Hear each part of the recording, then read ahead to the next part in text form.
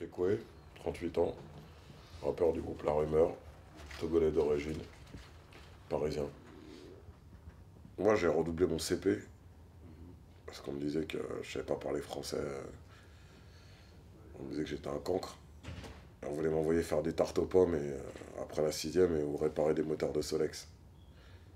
J'ai fini par le croire. J'ai commencé par me dire effectivement, voilà, j'ai peut-être moins de cerveau qu'eux. Finalement, si tous les profs me disent ça, c'est qu'ils ont raison. Tu vois ce que je veux dire?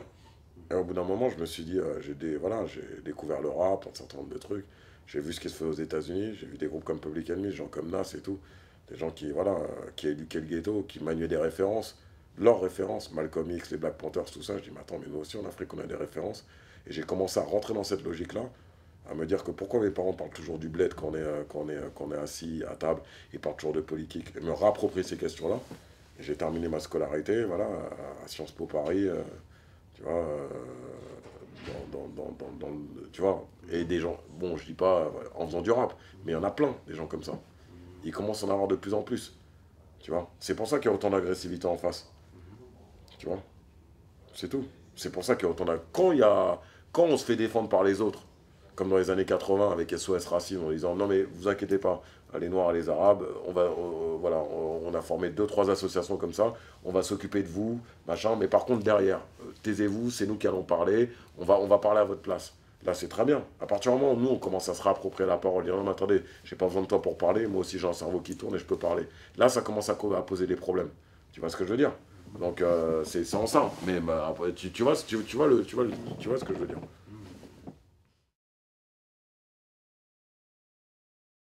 Déjà, bon, il est évident que la rumeur, c'est 18 ans de parcours.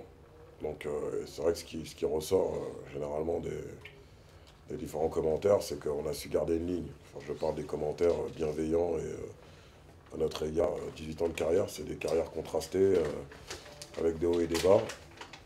Et c'est clair que voilà, on a mangé notre pain noir parce qu'on a été un groupe, on est un groupe, en tout cas tout le long, on va dire, les 10 dernières années ont été marquées par des faits de censure assez graves, hein. Je veux dire, que ce soit de la part des radios, enfin des radios, pas, je parle pas de Skyrock, hein, parce que on leur a craché dessus dès le début, donc c'était pas une volonté de départ, mais on va dire, c'était compliqué de parler de notre musique et de faire parler notre musique. En plus, tu ajoutes à ça un procès politique qui nous a été intenté initié par Nicolas Sarkozy, qui a duré 9 ans. Donc en fait, voilà, 9 ans entre notre volonté finalement de faire de la musique et de la garder intègre. Il faut avoir des convictions bien ancrées quand même, parce que j'en connais plus d'un qui aura déjà abandonné, quoi. Tu vois. Nous, en plus de ça, voilà quoi, cette affaire, elle a percé ici et là dans quelques médias, mais ça restait quand même souterrain, parce que les questions qui étaient soulevées étaient des questions quand même, on va dire, c'était pas spectaculaire, mais c'était des faits sociaux, en tout cas concrets. Dans le fond, justement. Dans le fond, on parle des brutalités policières. On a parlé des brutalités policières et des frères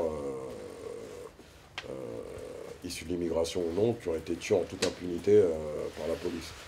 Quand je dis en toute impunité, c'est-à-dire il y a eu voilà, des bavures, des cas de bavures caractérisés. Nous, on en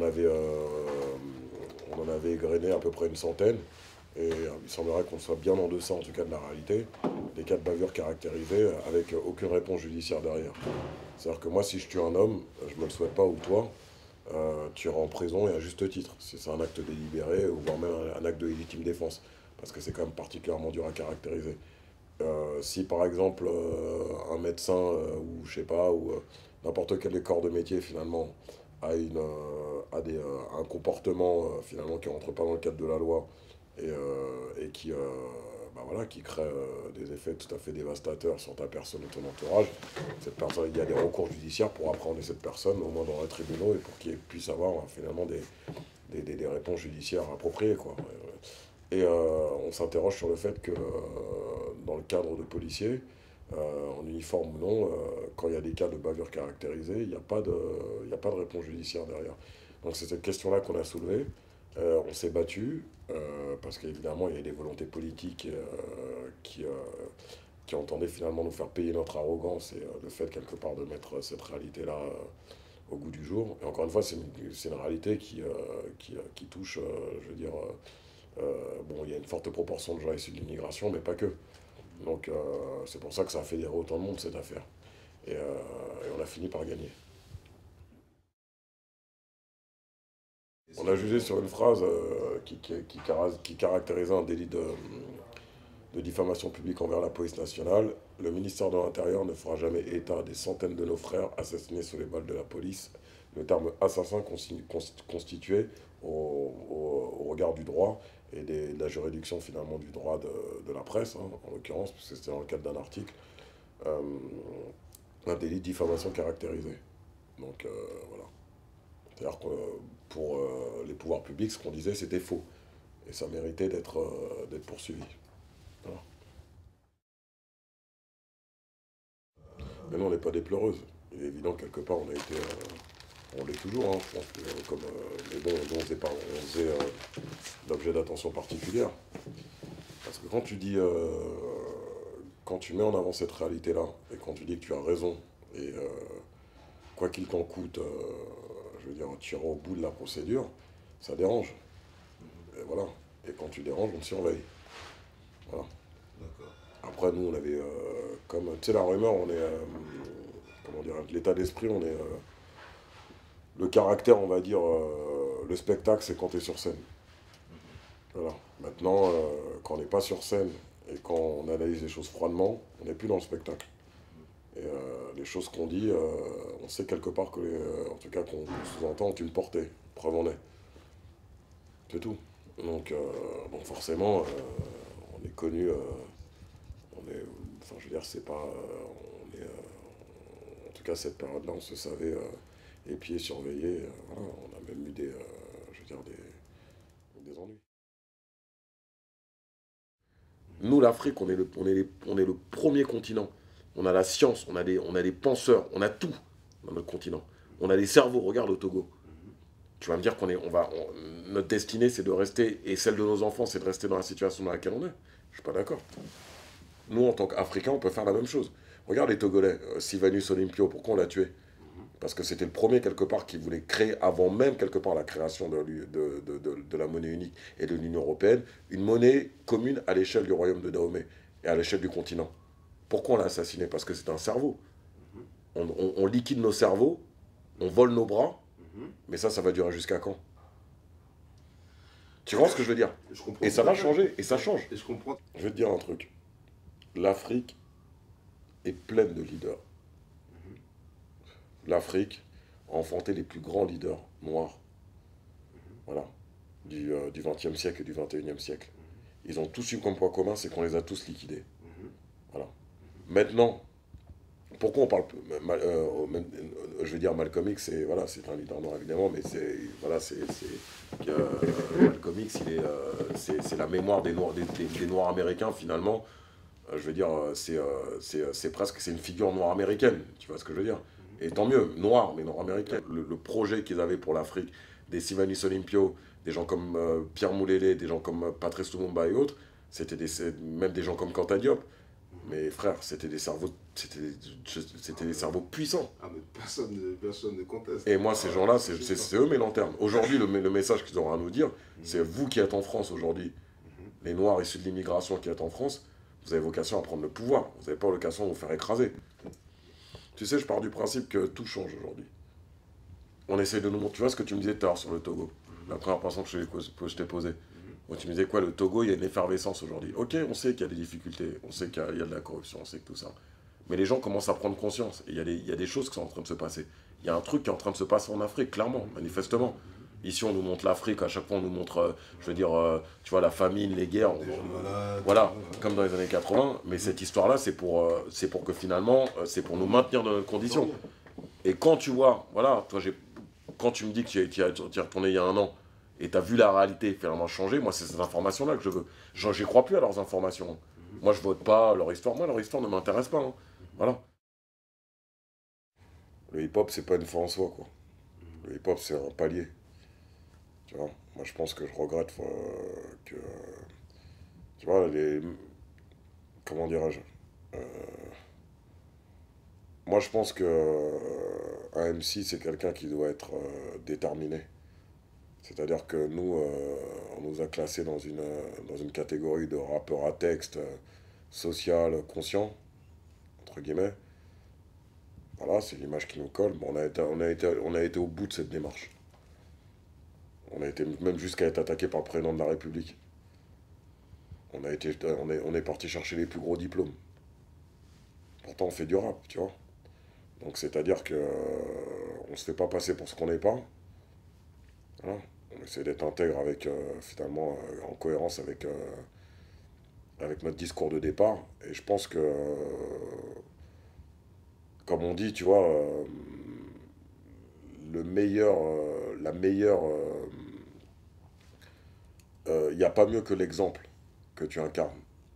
L'exemple, je veux dire, j'ai pas dit que j'étais exemplaire, hein, mais c'est-à-dire qu'au bout d'un moment, si tu veux faire passer un message, c'est bien beau d'écrire des textes et à dire aux jeunes, tu vois, moi je vois des rappeurs des fois qui disent oui, les petits frères allaient à l'école, mais vous les rappeurs, vous faites quoi? C'est-à-dire qu'avec l'argent que vous faites, vous pouvez pas au bout d'un moment vous dire ok, on arrête, je vais reprendre des diplômes, je vais aller à la fac et tout ça pour commencer à, tu vois, je veux dire, avoir, tu vois? Non, tu vois, les mecs ils préfèrent faire les narrateurs. C'est facile ça. Ouais, m'intéresse pas ces gens-là. Au même titre que les mecs qui se prennent pour des voyous, qui sont là, qui font des clips, tu vois, avec des calibres, machin, tu dis mon frère, qui croient à tes bêtises. Pas des gens comme nous. Comment t'expliquer? Ils vendent du rêve aux enfants, quoi. Tu vois, au bout d'un moment, la télé vend du rêve, les médias vendent du rêve. Bon, bah voilà, ils sont dans ce courant-là. Justement, tout ça a été repris, justement, tu vois. Ah ouais, mais aujourd'hui, t'as des gens qui proposent autre chose. C'est-à-dire, ils sont minoritaires, qui écrivent des textes. Tu vois, t'as des groupes comme la Secret Connection, t'as des gens comme, tu vois, comme Califrate de Bordeaux, mon ami du 94, Rachid, la Yen, de 400 yens. Récemment, on a joué avec Demi-Portion aussi, tu vois. Voilà, c'est des gens qui continuent à faire du hip-hop, quoi.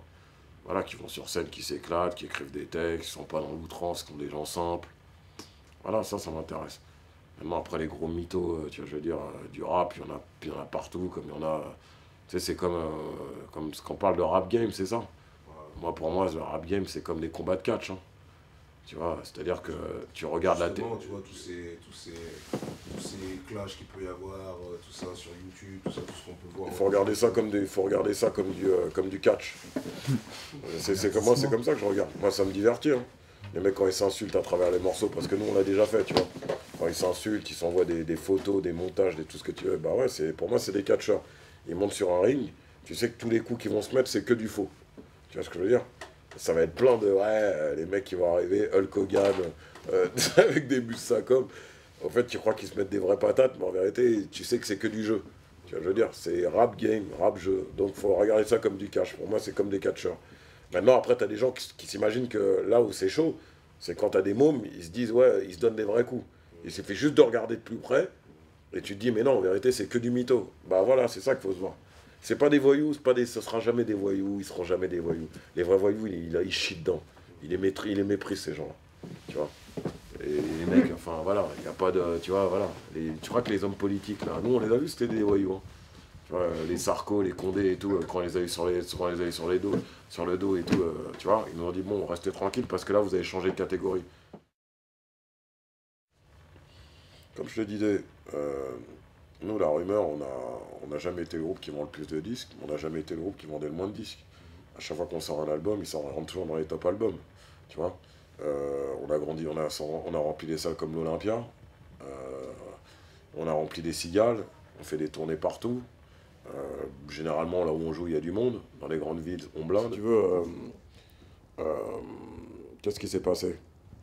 C'est que quand tu es appréhendé pendant 9 ans par les pouvoirs publics, et par l'État, en l'occurrence c'était une plainte initiée par Nicolas Sarkozy, bon bah t'avais deux options. Soit on arrête, après on arrête pour faire quoi?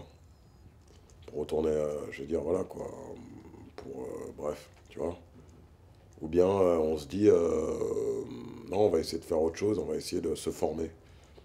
Voilà, donc on a tous repris. Moi, j'ai repris mes études, Amé, pareil, Philippe également. Et on a été essayer d'aller dans le feu finalement je veux dire, des plaintes et des attaques. On a tapé paradoxalement des gros concours qu'on a eu, on s'est formé.